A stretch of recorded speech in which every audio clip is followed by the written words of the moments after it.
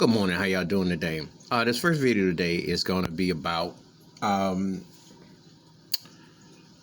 the HBO special on the Bee Gees. And the Bee Gees are one of my favorite family groups, acts ever. It's going to do a chronological overview of their careers. Surprise, surprise, the Bee Gees haven't really gotten like the kind of filmography or that kind of widespread attention that you would think they would have had, considering how wildly successful they were back in the day, and considering the impact they've had as songwriters. I mean, you think about their catalog, which they're British royalty, musically speaking. They're my favorite musical act out of Britain. I take them over the Beatles. I know the Beatles, great songwriters and all that, but the Bee Gees, to flip it from being a broke version of the Beatles to becoming big time in the dance community and beyond. But it's the songs, I mean, you think about, obviously, the juggernaut, the Saturday Night Fever era and Staying Alive and You Should Be Dancing, How Deep Is Your Love. But you go back before that. Jive Talking, Fanny Be Tender With My Heart, Massachusetts, New York Disaster. How can you mend a broken heart? When you didn't have people from Al Green to Varus to Kenny Rogers and Dolly Parton with Islands in the Stream, Dionne Warwick with Heartbreaker, when you've had people of that ilk cover your music, that speaks volumes about the depths. And not to mention that they hooked up their baby brother, the late Andy Gibb, as well, Shadow Dancing, Everlasting Love. You hear the songs, or Frankie Valli with Grease. You think about the material, the songs, the depth, the range, the versatility, what they've done.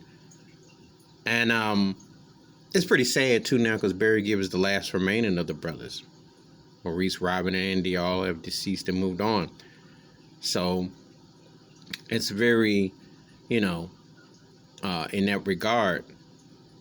However, the musical impact, the legacy, the songs, and what they meant to so many live on. And this special will chronicleize their careers from where they started to their heights of heights, and then also the backlash of disco, etc.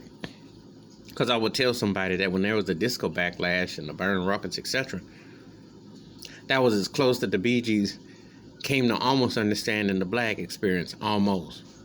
The backlash was real. 41 years ago, Chicago Comiskey Park, Demolition Man, who I call KKK Man, because the hate towards disco, black community, land community, and then the gay community, etc., that was done with intent and purpose. If music moves you, it has no background if it's good. That's the bottom line, But the bottom line is that there's always politics involved, and people want things a certain way. And it did cost them for a while, but they always had to respect the people who respect the songwriting, production, musicianship. And it was, it's been good to see that there's been a revival and a respect for the Bee Gees. Definitely. I still bump Love Inside Out. Like, you hear the songs, the grooves, the hooks. These guys could straight out right. They weren't no trendy, let's jump on the bandwagon. These guys had the boogie, had the groove, and still, produced quality records for a long, long time. So I think this is going to be, the HBO documentary on the Bee Gees is going to be something to check out if you're a Bee Gees fan or if you're a music historian fan. I really do. So anyway, that's my thoughts and takes about the Bee Gees special on HBO that's coming out this weekend. Check it out. Give me your thoughts, your takes. Hit that like, hit that subscribe. Wash your hands, keep your mind clear, watch out for one another. And great music is timeless, no matter what your skin color is. However, sometimes people will make an example out of you for one way or the other. But you can't take away timeless music. You really can't. All right. Have a good day. Peace.